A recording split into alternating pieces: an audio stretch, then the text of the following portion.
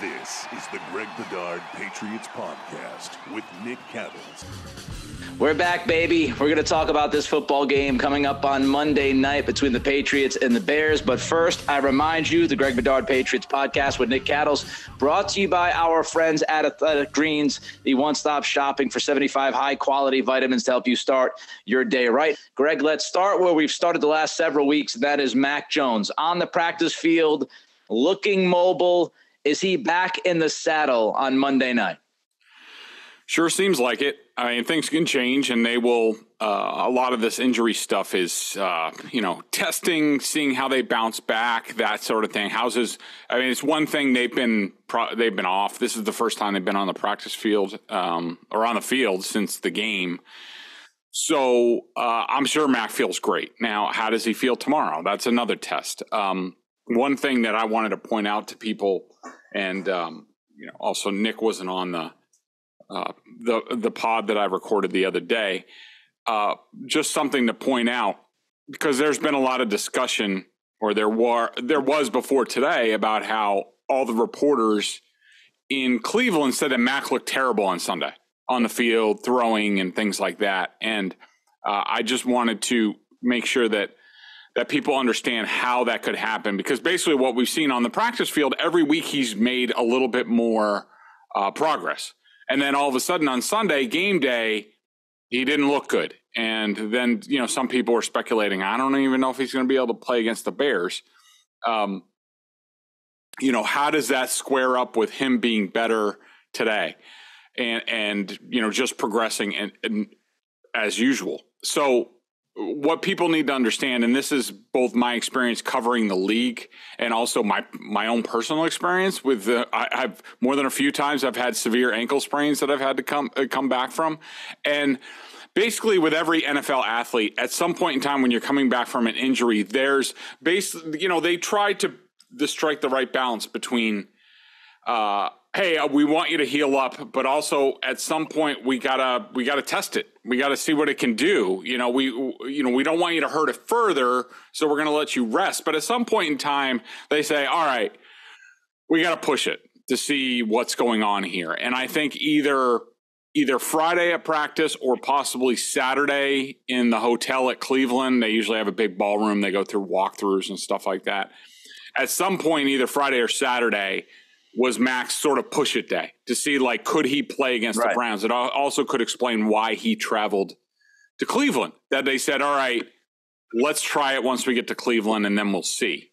Worst case scenario, you're on the sidelines, what have you. And so I think they tried it and, they just said, in the middle of it, at the end of it, you're not moving around well enough. Let's pull the plug on this. And then what you saw on Sunday in Cleveland was sort of the aftermath of that he was sore and things like that. But that's not a bad thing. That doesn't mean it's a setback. That's part of the biggest thing with these ankle injuries is getting the strength back. So at some point you got to push it. That's why they keep them on their feet all the time. You don't just go into a boot and have a leg up with an ankle sprain. They put you right back on your feet because they want you to get your strength back as soon as possible. Right. And so testing that, and Mac's recovery, that's part of the strengthening. And then today you see the videos out of practice. I mean, he's sprinting, he's moving around. I bet you he's going to feel like crap tomorrow. But again, taking a step forward to go back and all that stuff, that's all necessary with this type of injury. All right, aside from the health, because we have to imagine that everybody has Mac Jones's health in the forefront of their mind as far as whether or not he's going to play. Watching the film, I know Jeff Howe, our friend, reported that he will be the starting quarterback when he is healthy. Does the film justify that, Greg? Yeah, and I sort of laid it out in the last podcast, but I also wanted to give you sort of your chance to share your opinion on this, Nick, because I'm sure the people want to hear it and I want to hear it. But to me, clearly the film shows that Mac is, to me, he's clearly the starter. I don't even think Bailey Zappe is competition for him. I mean, unless Mac's playing terrible, that's something else, and I don't expect him to. Again, I think and we're going to talk about this with you because I want to get your perspective on this, but I think this is all about context. And I think, first of all, people have forgotten how good Mac was. And I'm not saying he was great, but for where he was, a rookie and all that stuff, and with surrounded by a bunch of new guys in the offense, 2 new receivers, 2 new tight ends. The offensive line had terrible issues through about the first half of last season, similar to like the first few games this year. They've rectified it a lot quicker this year. To me, Mac just does everything better than Bailey Zappe, including, Zappe does I will say, you could make the argument that Bailey Zappe is better than Mac Jones as far as his pocket calmness and presence. But it's hard to say that definitively because he hasn't been under duress. He's barely gotten rushed in these 2 games. I mean, the numbers clearly bear that out. We saw him get sped up 1 time in the 2 games. After the strip sack, the drive right after that, he rushed some of his throws. He airmailed Devontae Parker, which wasn't a terrible play considering the coverage. He airmailed Hunter Henry. That's the only time he's been exposed to, oh man, these guys could actually hit me in the NFL. I get sped up a little bit. And I think Mac's arm is better, even on some of Bailey Zappe's biggest throws. The 2 throws to Jacoby Myers that I broke down on BSJ today, they're the same play, same formation in the second and fourth quarters. One, Jacoby Myers comes across the field. The other one, he breaks out. On both of those passes, you can see sort of Bailey Zappe's arm limitation. It takes a while for the ball to get there, and it loses energy on both passes. But, to me, Mac is clearly the starter. And here's my question for you, Nick. And, give me your opinion on this whole thing. But also, I want to know, because you talk to the people, you are one of the people. When it comes to the Patriots, I would say you're more, you definitely come with more of a fan hat than I do. And so I just want to understand, like, why do fans refuse? When things are bad, they'll do it. But when things are good, they refuse to put things in their proper context, like the 2 worst defenses in the NFL that the Patriots and Zappe just played. Why do they cast that off? But, say if Zappe went against the hardest defenses in the league, I'm sure they would take that into consideration. I just don't understand it because clearly, and also not only is it the opponent, but the amount of play action, 3 times more for Bailey Zappe that we were begging earlier in the season for Mac Jones. The amount of motion, Mac Jones was asked to throw down the field a lot more and against much tougher defenses. I just don't understand the lack of context in some of these conversations. I think it's a justifiable question to ask. And I think, there's a lot of different answers dependent on which fan you're talking about. I think some fans look at analytics as nerd stuff and they go, yeah, whatever. And they just kind of push it aside. I think some fans just don't have the time because of their lives. They've got children, they've got full-time jobs to sit down and watch film. So they go to the common denominator of stuff, the lowest common denominator and the low hanging fruit, so to speak. I think some of it is, right. He won and played well. The media. Yeah. Yeah. That kind exactly. of thing. Like he won, completed 80% of his passes. Yeah. Okay. Yeah. Interesting. Like it is what it is, right? Like he played well, they won. Who cares? All that matters is winning, right? And that's why I think when they win, it's all that matters is winning. When they lose, it's why did they lose? It's kind of a philosophy to approach things. I also think it's part of the media's fault. And I'm not talking about legit journalists. It's funny with the Ben Volin stuff. There's been a lot of talk the last 24 to 48 hours about journalists and who's legit, who's not legit. And, are radio hosts journalists? No, they're not. Radio hosts are not journalists. TV talking heads mostly are not journalists. Beat writers, guys that follow the team, women that follow the team and write about the team and have legitimate sources and all of that stuff. Those are journalists. And, I think, the radio aspect of all of this has really taken over in some of the podcast space where, men and women in the media, some of them, not all of them, they go the hot take route. They go, again, with the lowest common denominator, simplest kind of debate and conversation, the whole keep it silly, keep it, simple, silly, and all that kind of stuff. all of those things weigh in. They're all different factors that you put into one big bucket as to why fans philosophically look at things the way they do. And I also just think that inherently some fans, they err on the positive and optimistic side. And when things are going well, again, they kind of just say, hey, they won. That's all that matters. On to the next one. And if they lose, it's, well, why did that happen? So I think it's a very difficult answer because it's really dependent on who's answering the question for you as a fan.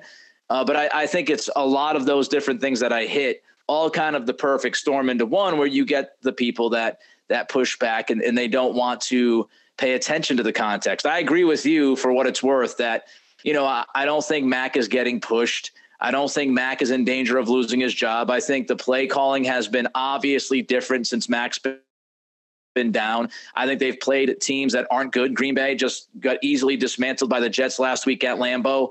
We talked about Cleveland. We talked about Detroit. There's a reason why, we nailed those predictions when we did about the games, because there just weren't good defenses. You and I knew the quarterbacks on those teams weren't great and those defenses weren't great, and that Bailey Zappe had a chance to win those games, and he should have won those games, and he did win those games. So tip of the cap to him. So I just think, when we look at it, it's our job to put it in perspective and to try to add that context. It's not really the fans' job. The fans' job is to watch the games and enjoy football. That's what they're worried about. Yeah. So, some of these people on Twitter, they go back and forth because they love to. Yeah, Nick, those are all interesting points, and thanks for bringing them up and sort of giving me the other perspective. One thing, that you were talking about, sort of the media part of this, and look, I'm not going to comment on Ben Volin's situation. It's just something I try not to do. Some of our jobs are hard, and sometimes we make mistakes and what have you. Whatever Ben's deal is, Ben's deal is. But one thing I did want to mention that you sort of talked about in the differences between radio and TV and journalists and stuff like that. One thing I wanted to point out to people is, look, a couple of different things. Number one, I've heard from a lot of people, including members of my own site, where they say, you've changed over the last couple of years. That might be true. It could be true. I don't necessarily agree with it. I will say my first opinion is, let's look at what's changed in the last 2 or 3 years. To me, it's clearly the Patriots' success or lack thereof compared to previously. I mean, they're 20-20 since Brady left. They crapped out down the stretch, even Brady's last year. So they basically, since Thanksgiving, they have a losing record, when we all knew, similar to last year, that their 8-0 start to that season was kind of fraudulent, and even Brady acknowledged that at times. It's a lot easier. It's a lot different. And I even think this goes for journalists doing the job. It's a lot easier when the team's winning all the time to write, to talk about the team. Right. People love to hear great things about their teams, and it's a lot easier to write that. But when they're struggling, you can't keep your head in the sand. I mean, that's why I've always stayed.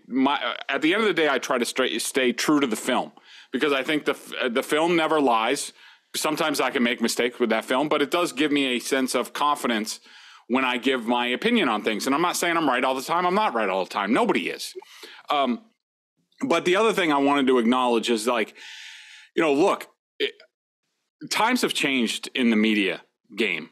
When I first started at the Boston Globe, really when I was at the Boston Globe, and even when I went to Sports Illustrated, I could pretty much stay in my lane and just sort of write X's and O's stuff and stay right down the middle and all that stuff and stay out of the opinion game largely, which I like to do, I would prefer to do.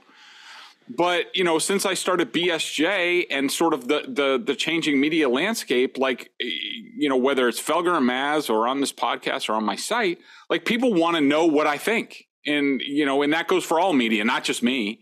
But I have to give my opinion more.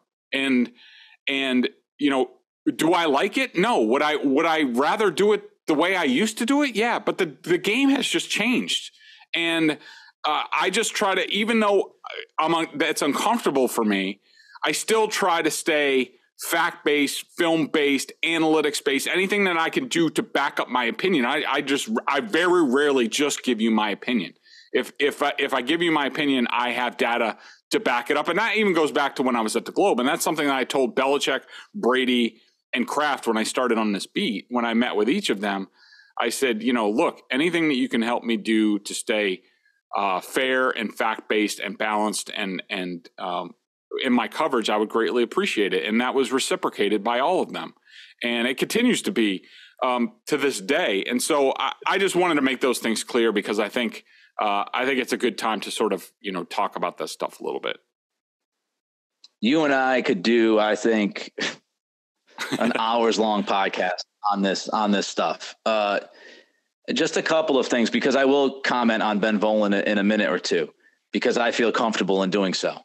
Mm-hmm. But looking at the landscape that you mentioned, Greg, there's a lot of factors that go into what we do on a daily basis. And when you're on the outside looking in, and this is not to mean like, oh, you don't understand to people listening. It's what we do for our career. It's our profession. It's like, if somebody has a special skill and they're a mechanic or something, I don't know everything that goes into being a mechanic. Even if I knew something about cars and I loved cars, I don't necessarily know how to screw around with a carburetor. So when we talk about the radio business, there's so many different levels to why people do what they do, why they talk the way they talk, why they present and deliver things the way they present and deliver them. It's been a battle for me personally being a radio host, because I am not the hot take guy. I don't enjoy throwing stuff up against the wall. I'm very opinionated, but usually, when even in the strongest of opinions that I have, I try to have something tangible to go to and attach it and say, this is why I feel this way, and give people the evidence. I do think people, some of them in my business, are lazy.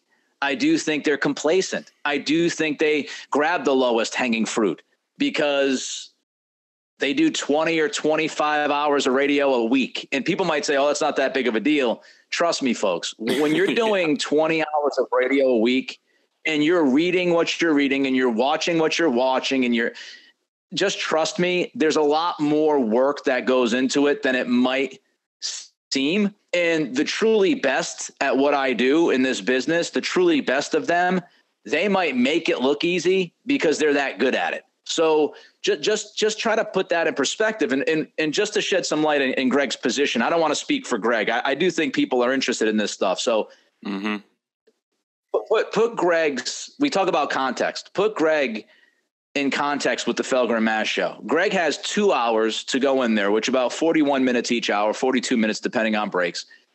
He's got about 90 minutes a week to get all of his thoughts out there, his ideas, his film work, some of the stuff that he's been sourcing. And this is not to defend Greg. If Greg gets something wrong, he gets something wrong. Nobody's perfect. But I just want to, again, put it into context. He's walking into a wood chipper. Felger and Maz is a wood chipper. I've been in it. Greg's in it weekly. And so Felger and Maz, they are the ones that dictate the conversation. And they will ask questions of Greg. And Greg, yes, there's prep work done and there's an email chain. And Felger is very, very deliberate about that stuff and methodical. But still, Greg is on that show and he is at the behest of the hosts. If Greg, it's not like Greg can take the football and run it for himself and say, screw you guys, this is the Greg Bedard show now. I mean, it can't happen. So it was similar with me and Adam Jones, and I love Adam and I think Adam's, good at what he does. But, there was the constant battle that people heard. And it was because, Adam does his show his way. And I do my radio a different way. And so sometimes, it's really difficult, especially when you're doing 5 hours a night, to be able to just kind of, okay, well, yeah, I agree with you. We're just going to move on. So just put it in perspective. As far as Volin goes, look, I think what happened is inexcusable. I might not be a journalist, but I do have my BA in journalism. I went to college for journalism. My initial plan was to be a legit journalist until one of my professors told me that they don't make money and the computer is going to take over. So, you know, I do know some about this stuff, and you have to vet your sources. You have to check 2-3 times on things that you're going to go put out there in the public in the public sphere. You cannot take a DM from somebody that you don't know and not vet it and go out there on the radio in a market, especially like Boston, and say what you said. It's irresponsible. It's inexcusable. And I also think it damages other journalists that do their jobs professionally. It damages the Jeff Howes, the Mike Reeses, the Greg Bedards, the Mike Giardis. I can go on and on, the Evan Lazars.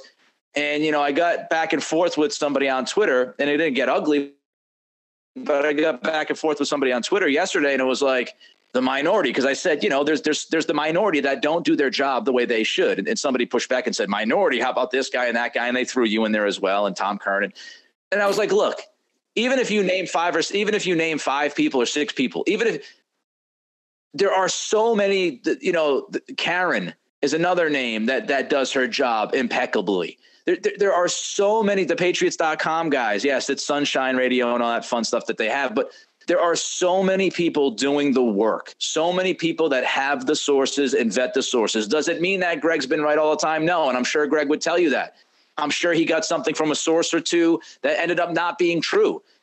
The idea is that when you're a journalist, you have to get sourcing, and you have to put your trust in those sources that you have, that they're telling you legitimate information. At all times, you also know they have agendas themselves because they're human beings.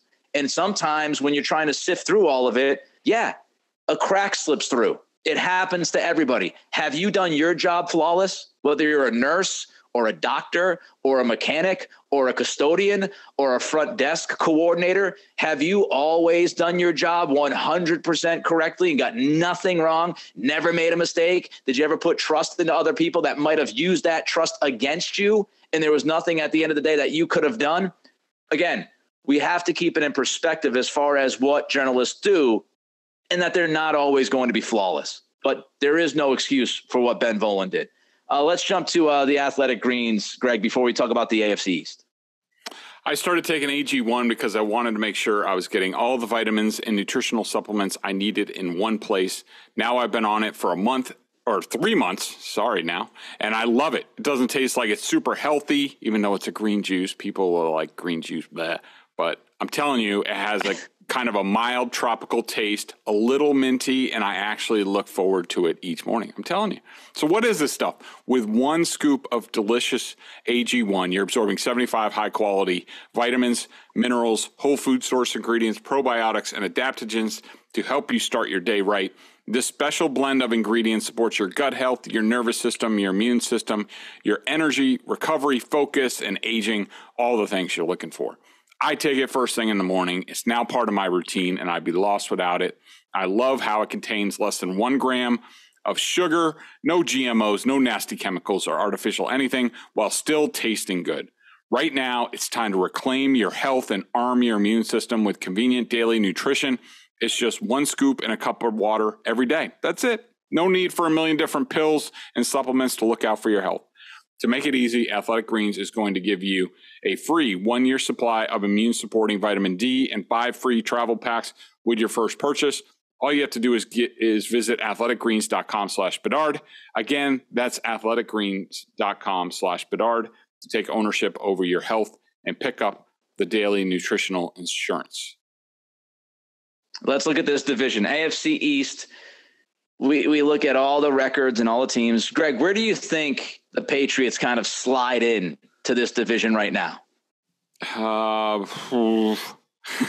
Good question. I mean, I think Buffalo's far and away the best team in the division. I think they've actually done a pretty good job of navigating a very difficult early part of their schedule. That's been very impressive to me. I think especially with they've had a lot of injuries in the back end. They got one of their safeties back. When you looked at it, the Rams Ravens and Chiefs, and now the Packers after their bye week coming up. You know, you looked at that, and I looked at that, and I thought, they might get off to kind of a slow start, but eventually they're gonna play the same sort of cupcakes that the Patriots have played, and it's in, you know. But I think they're far and away the better team. I think that. Look, I'm going to have to defer to you on the Jets. I haven't seen them one single bit, not even on TV. I will wait until after the Bears game to watch the film on them going into that game. I don't know, how good they are. I know I could just tell you from, past years, guys like Jonathan Franklin Myers up front are guys that I have a lot of respect for on film. Sauce Gardner is there now at cornerback, might be a difference maker. And, so Jets is sort of to be determined. They have a better record. What's interesting about them is they are going to. So they have sort of, is it them? No, the Dolphins have their cupcake part of the schedule coming up, sort of like the Patriots. But so the Jets are at Denver this week. They could be 5-2. I mean, and then they have New England, Buffalo, New England. They could go 0-3, come back to earth. They could split with the Patriots. Chicago, Minnesota, Detroit, Jacksonville, at Seattle. They've only lost to the Ravens and the Bengals.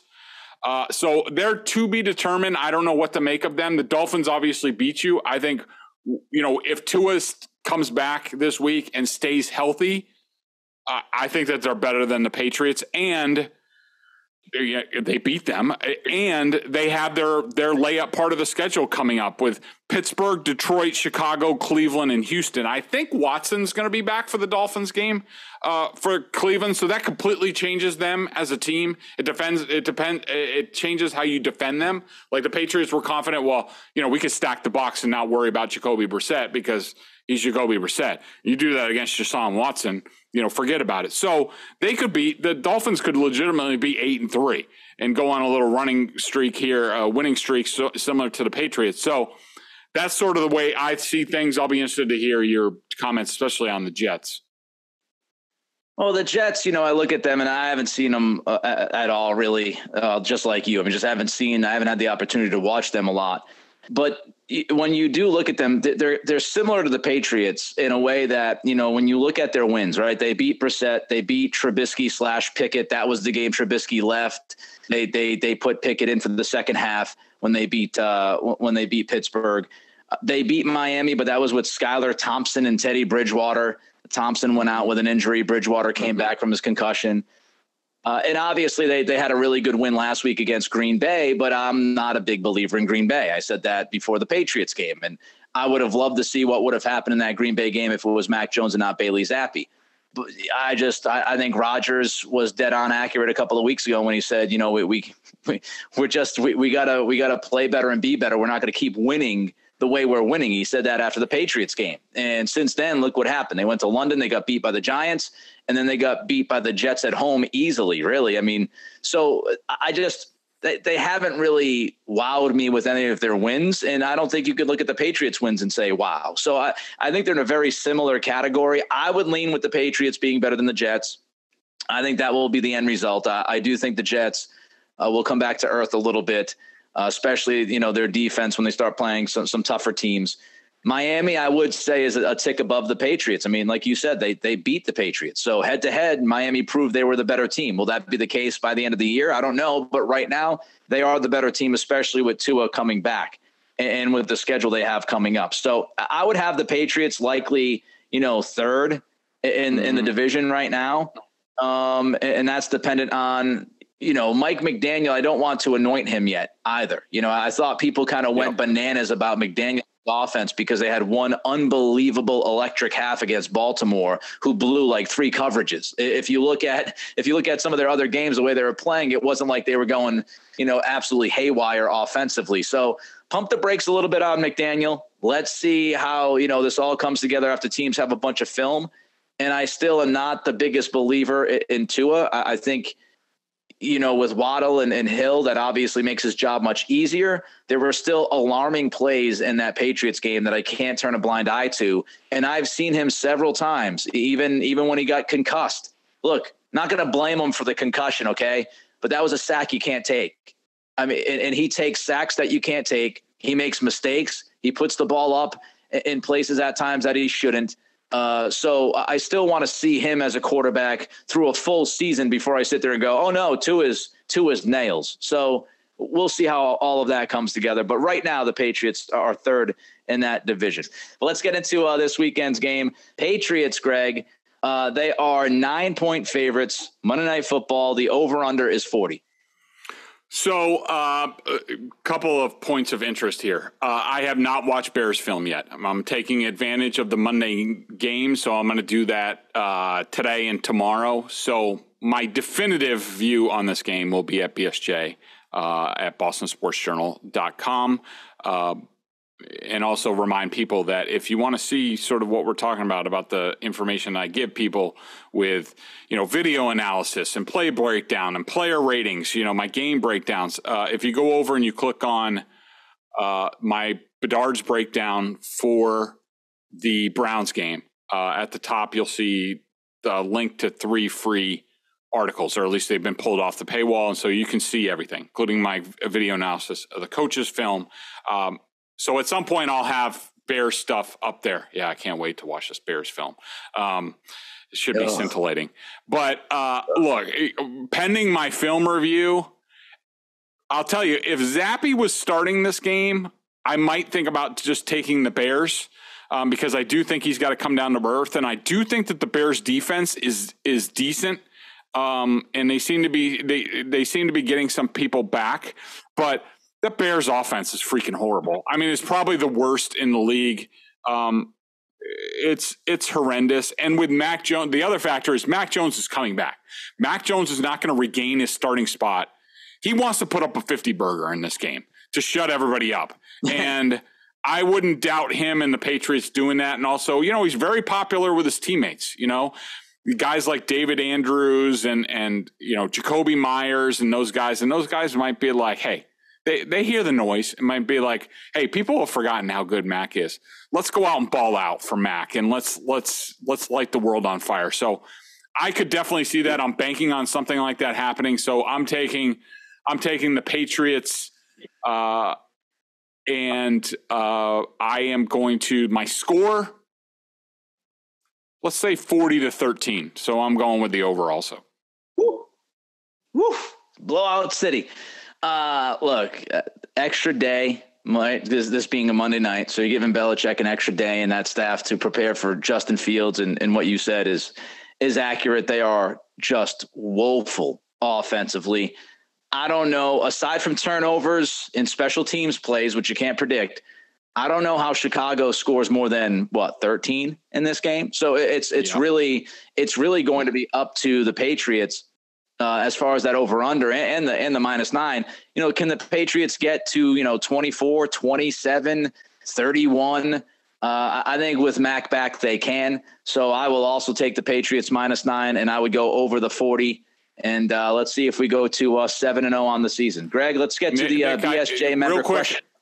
Real quick, I just wanted to point out to people that just to give them some context, the Bears are the 30th ranked offense by DVOA efficiency compared to the rest of the league over at footballoutsiders.com. Their defense is 19th, which is actually a big improvement over what the Patriots have been playing.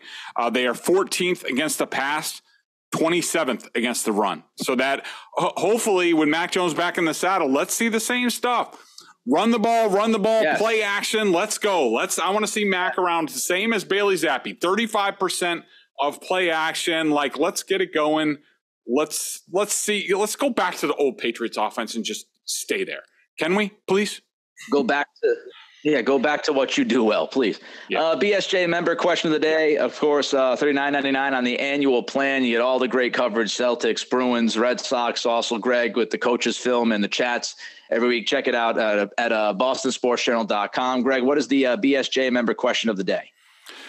So Cape Cod Scott, who's been a great longtime member over there, he sort of asked, because I posted a story, basically, the Patriots ran the same play twice against the Browns in this game, almost from the same exact yard line. If you look at you look at my Twitter account or you go on BSJ, you'll see a picture. I put up a picture to start. Like, at quick glance, do you think these are the same play or different plays? And they're the same yard line, going the same direction, same formation, same personnel, and it's when they ran Myers at the top of his route, ran an in-cut. Zappe found him. Then the next time they came back in the fourth quarter and ran it, but this time Myers faked inside and went outside, and he got a 27-yarder. So my analysis is basically about, like,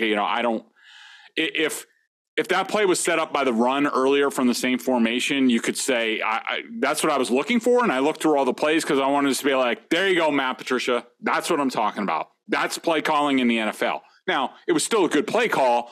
The next step is sort of setting it up with the run earlier. He didn't do that. And Cape Cod Scott said, I've subscribed to BSJ almost from its inception. I've loved all your video analysis, but I don't remember ever seeing you compare a setup play and subsequent mirror play to illustrate Josh McDaniels doing this. Am I forgetting an instance of that?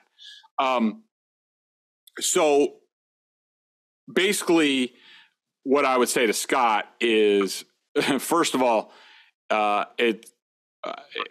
it's just fact. I mean, the Patriots did that all the time under Josh McDaniels. It also wasn't part of the conversation because he had 20 years of experience in Super Bowl titles and other things as offensive coordinator and play caller. So we didn't really look at that kind of stuff all that carefully because it was sort of like, it's factual. I mean, it just happened. Right. With Matt Patricia, it's different. He's never done this before. So we're analyzing the play calling and how you do things a little bit more. But I'll just say this. You could basically pull out any Patriots game when Josh McDaniels was here, especially when they ran the ball a lot.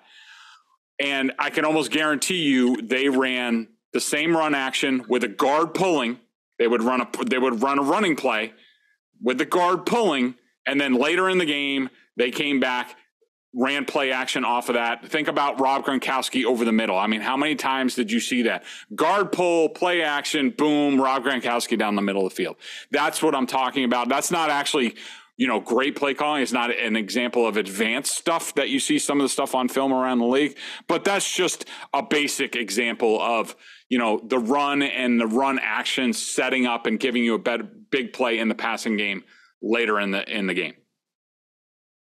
There you go. There you have it. Scott and Cape Cod. Hopefully, Greg addressed your question as well as you were hoping he would. He's Greg Bedard. I'm Nick Cattles. This is the Greg Bedard Patriots Podcast with, you guessed it, Nick Cattles, brought to you by Athletic Greens. Monday Night Football, Bears, Patriots. We'll be back next week to recap that game and hopefully talk about another victory for the Patriots. If not, they're going to have some explaining to do. That's for sure. Until then, be well, be good, and be healthy.